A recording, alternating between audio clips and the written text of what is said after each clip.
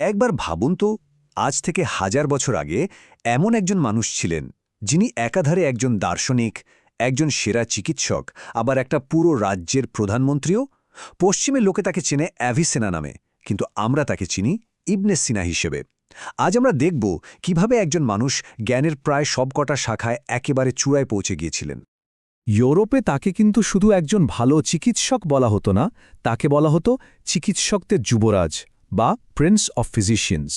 এই একটা উপাধি বুঝিয়ে দেয় তার সম্মানটা ঠিক কোন পর্যায়ে ছিল, যা আসলে সময় আর সংস্কৃতি দুটোকেই ছাপিয়ে গিয়েছিল। তার প্রতিভাকে সহজে বুঝতে হলে আমরা লিওনার্দো দা ভিঞ্চির কথা ভাবতে পারি। দেখুন, দুজনেই ছিলেন পলিম্যাথ বা বহু শাস্ত্রজ্ঞ, কিন্তু যেখানে দা ভিঞ্চি শিল্প আর বিজ্ঞানের মধ্যে একটা যোগসূত্র তৈরি করেছিলেন, সেখানে ইবনে সিনা দর্শন, চিকিৎসা আর রাষ্ট্র পরিচালনা, এই তিনটে বিশাল জগৎকে এক সুতোয় বেঁধেছিলেন। আজকের আলোচনার মূল প্রশ্নটাই কিন্তু এটা, কিভাবে এমন এক উত্তাল রাজনৈতিক সময়ে বাস করেও তিনি জ্ঞানের এত বড় এক সাম্রাজ্য একা তৈরি করতে পারলেন। চলুন এই রহস্যের গভীরে ঢোকা যাক।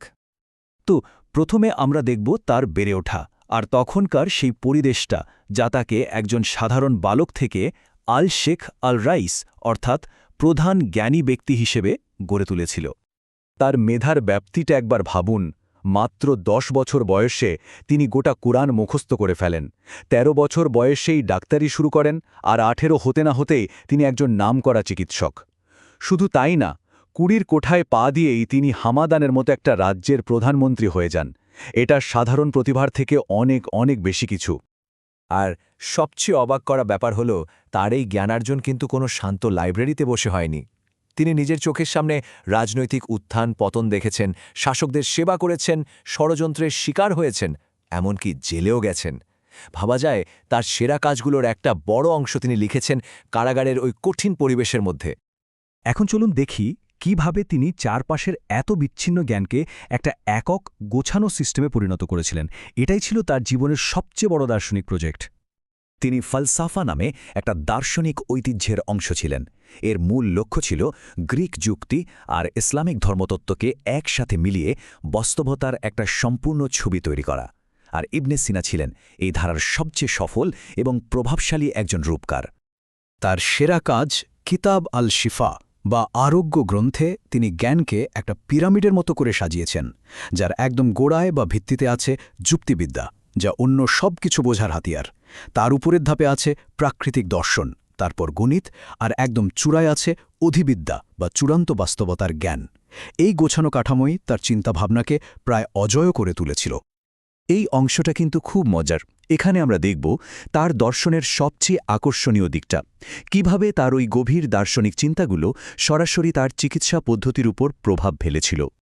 ইবনে সিনা একটা দারুণ প্রশ্ন তুলেছিলেন, আমাদের শরীর বা কোনো ইন্দ্রিয় ছাড়া কি আমাদের চেতনা বা আমাদের আমির অস্তিত্ব থাকা সম্ভব? এর উত্তর খুঁজতে তিনি একটা কাল্পনিক পরীক্ষার কথা বলেন, যা ভাসমান মানুষ বা ফ্লোটিং ম্যান নামে পরিচিত। ভাবুন তো, কোনো মানুষ যদি শূন্যে ভেসে থাকে, যার কোনো শারীরিক অনুভূতি নেই, সে কি নিজের অস্তিত্ব টের পাবে? ইবনে সিনা বলছেন, হ্যাঁ পাবে। সে ঠিকই জানবে যে আমি আছি। আর এখান থেকেই তিনি এই সিদ্ধান্তে আসেন যে আমাদের আত্মা বা আমাদের আমি আসলে শরীর থেকে পুরোপুরি আলাদা একটা জিনিস, এটা কোনো বস্তু নয়। এই ধারণাটাই কিন্তু বহু বছর পরে রেনে দেকার্তের সেই বিখ্যাত উক্তি, আমি চিন্তা করি তাই আমি আছি, এর ভিত্তি তৈরি করে দিয়েছিল।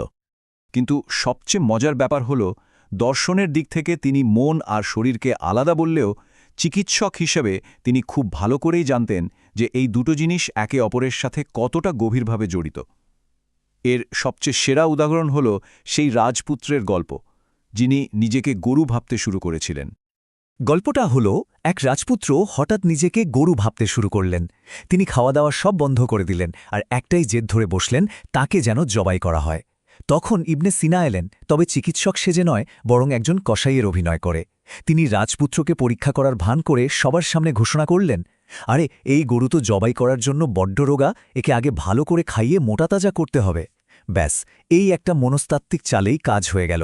রাজপুত্র খেতে শুরু করলেন এবং ধীরে ধীরে তার ভ্রম কেটে গেল আর তিনি সুস্থ হয়ে উঠলেন।